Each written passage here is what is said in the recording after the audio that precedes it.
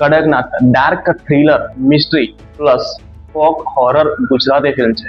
આ ફિલ્મની સ્ટોરી હોઈ શકે છે કે ગુજરાતના દાહોદ જિલ્લામાં આદિવાસી સમાજના ગામની અંદર, આદિવાસી વિસ્તારના એક ગામની અંદર રહસ્યમય હત્યાઓની શરૂઆત થાય છે। ગામના લોકો અને આદિવાસી વિસ્તારના લોકો આનો ઉકેલ માટે, જે હત્યાના રહસ્ય માટે અભયસિંહ નામના એક પોલ્ટ્રી ફાર્મર, અભયસિંહ દામોર નામના એક વ્યક્તિ પાસે, જે એક પોલ્ટ્રી ફાર્મ ચલાવે છે કડકનાથ, અભયસિંહને પોતાના પૂર્વજો તરફથી એક કોઈ રહસ્યમય શક્તિ મળી છે અને તપાસમાં આગળ વધતા અભયસિંહને હેલ્યુસિનેશન થવા લાગે છે, એટલે કે ભ્રમ થવા લાગે છે। ધીરે ધીરે તેને સમજાય છે કે આ રહસ્ય, આ હત્યાનો સંબંધ ગામના જૂના રહસ્યો સાથે સંકળાયેલ છે અને તેના ભૂતકાળ સાથે ક્યાંક ને ક્યાંક સંકળાયેલ છે આ હત્યાના રહસ્યનો ઉકેલ।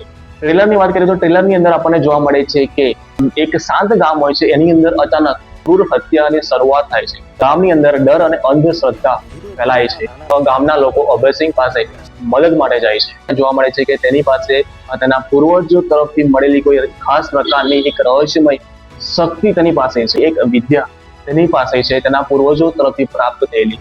જેમ જેમ અભયસિંહ તપાસ આગળ વધારે છે તેમ તેમ તેને ભ્રમ થવા લાગે છે। ત્યાંથી એક મર્ડર મિસ્ટ્રી નહીં પણ સાયકોલોજીકલ થ્રિલર પણ બનતી જાય છે। થ્રિલરની અંદર આપણને જૂના રિવાજો, જંગલ, આદિવાસી સંસ્કૃતિ, છુપાયેલા રહસ્યો, થોડીક ઝલક આપણને જોવા મળે છે અને વર્તમાનની અંદર જે હત્યાઓ થાય છે, થઈ રહી છે, તેનું કનેક્શન ક્યાંક ને ક્યાંક ગામની અંદર જે જૂના કોઈ ગુના સાથે હોઈ શકે છે। તેનું પહેલા કોઈ ગુનો થઈ ગયો હોય એનું કદાચ આ પરિણામ હોઈ શકે છે।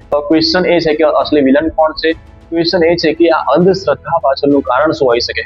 જે અંધશ્રદ્ધા પાછળનું એક સત્ય પણ શું હોઈ શકે છે? અભયસિંહના ભૂતકાળ સાથે જોડાયેલ કોઈ વ્યક્તિ હોઈ શકે છે કે પછી લોકકથા આધારિત કોઈ અલૌકિક તત્વ પણ હોઈ શકે છે?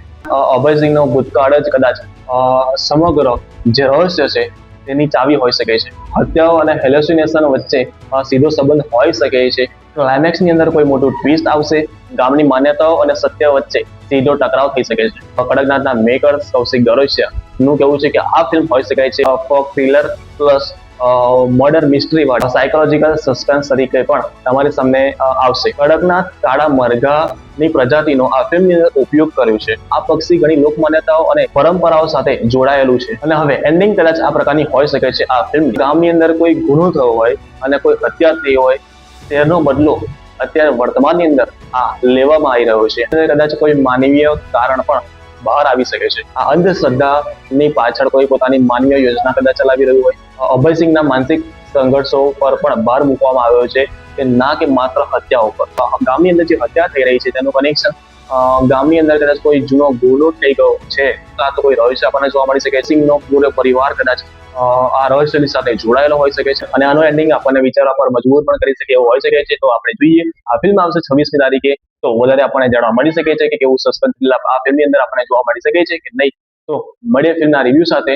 26મી તારીખે આ ફિલ્મ આવી રહી છે આપણા સિનેમાઘરની અંદર, તો એક અલગ માઇલસ્ટોન આપણી સમક્ષ બેસાડે છે કે નથી બેસાડી શકતી આ ફિલ્મ ગુજરાતી સિનેમાની અંદર, એ જોવાનું રહ્યું। બાકી મળીએ ફિલ્મના રિવ્યુ સાથે। ધન્યવાદ।